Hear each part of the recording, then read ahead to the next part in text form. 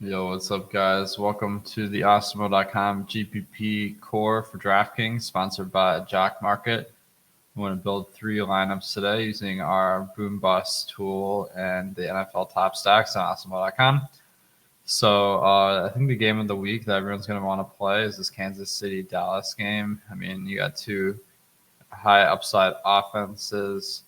I just slightly prefer the Dallas side from a GPP standpoint because of the lower ownership, but both sides are certainly good options.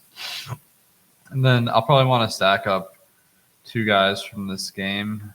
I feel like Dalton Schultz, CD Lamb, Amari Cooper are all great options.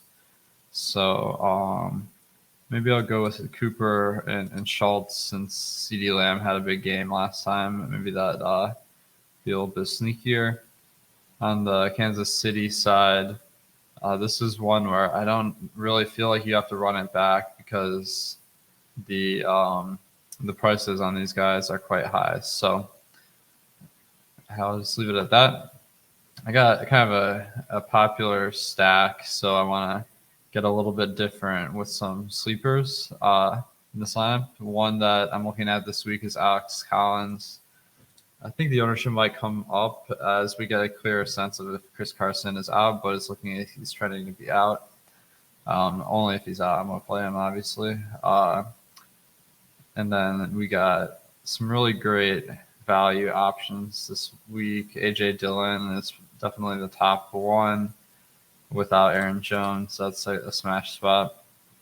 Wide receiver, contrarian plays. A.J. Green, I think he's super low owned. And Arizona with Kyler Murray most likely being back this week. That should make A.J. Green look pretty good here. And the ownership sub 5%.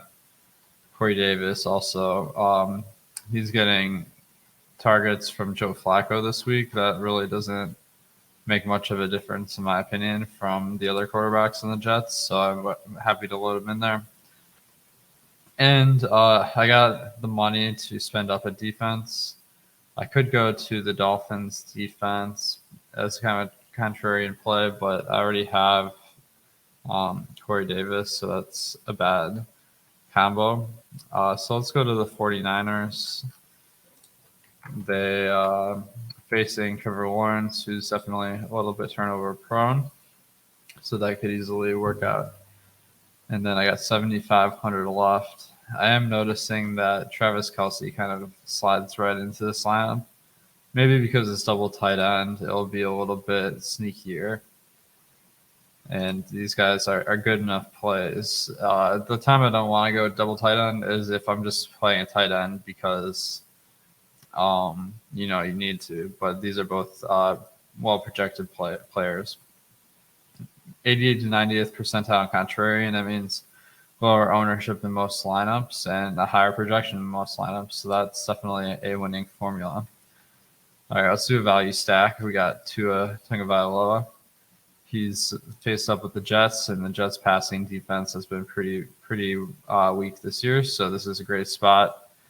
There are really 3 options, in my opinion. You got Waddle, you got Gesicki, and Myles Gaskin. The other guys, the playing time is too difficult to predict on a week-to-week basis. So I don't want to go Waddle and Gesicki. I feel like that's going to be a little bit too popular. I'm not saying I won't have that, but I do maybe want to stack up Gaskin. He gets a lot of production receiving. So that's definitely a guy that is a lot more stackable than your typical running back. Now, on the other side, I did mention how I like Corey Davis this week. So he's a good option as a run back. I do want to run it back because we want Miami to continue to throw at high volume, which is more likely with some New York Jets points on the board. All right, so we went pretty budget so far, so I'm going to throw in a stud player. Nick Chubb, there's no Kareem Hunt, and we're facing the Lions. So this is a great setup. Easily could see multiple touchdowns. Wide receiver, I think I can spend up on one more player. Deebo Samuel is a guy that has been lights out this year, and I think I'm willing to take a shot on him at that 12% ownership. People still aren't really buying into him being a full-blown star yet, so I'm willing to step in there. Since I don't have any Chiefs and Dallas players, I don't mind throwing the Chiefs defense in at 2,200. That really frees up a lot of salary, so I can make some really nice plays with the rest of my lineup. Jarvis Landry, I kind of want, but I have Chubb in this lineup. Going to Lockett. He's coming off a week where Seattle just really did poorly. So I'm not really worried about that. I mean, we have a good amount of data on Russell Wilson, and he's been a good quarterback for a while. So as far as the last plays, I could go a couple of guys on the other side of that one. On the Cardinals, you got AJ Green and you got Zach Ertz.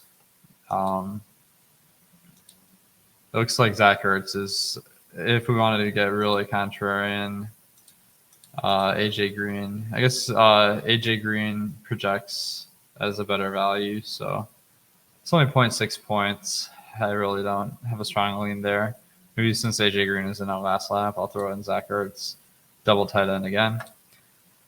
All right, and then my sleeper stack, the Colts. And they're a team that's been really successful running the football, but tough matchup versus Buffalo. I'm kind of thinking that this game script could lead to a lot more passing than we normally see from the Colts. Not great values, but that's why they're low owned. So maybe I'll stack up Pittman, and then the second guy is really tough. I do think Hilton is getting a little bit more healthy, and no one likes playing him, so that could easily work out. And then on the other side, I think you do probably want a run back since there's some good plays on the Buffalo side. Cole Beasley seems to be continually underpriced. He plays less when Buffalo has a lead, so that might be a negative correlation. So maybe I'll go to Sanders. He plays pretty much no matter what, but gets targeted less often. So I do want to mention you can get exposure to these players in a new format on Jock Market, where you invest in players and then you get payouts based on how they rank at the end of the night. So you take a guy like Joe Mixon. If he's the top scoring fantasy player on Sunday slate, then you get $25 per share. And if you can get the shares for under our projected value of 544, then you're likely to turn a profit in the long run. So really fun format. And you can use the promo code Awesemo for $50 deposit bonus. All right, let's throw in a defense because I think I just want to know how much money I'm going to have left. Panthers defense. Certainly, Washington isn't very scary, and the Panthers are only 2,700, so that's a good value. Let's go in tight end. Haven't talked about Darren Waller, but he's really high volume, and he hasn't really won people all the money recently, so maybe people will be a little bit down on him, but I think that's a guy to buy low. 6,200 left per player. Let's go to James Conner. He's someone that really stands out with no Chase Edmonds as someone that could get a huge workload. So I'm feeling that this week. And then for the last play, it depends how contrarian I want to go. I could go to Lockett at 11% or AJ Dillon at 19%. So let's just plug those guys into the lineup builder and see how this lineup stacks up. So because this lineup is so contrarian with my stack, it's telling me that I probably want to go with Dillon, the higher projected player, because my lineup's already super contrarian.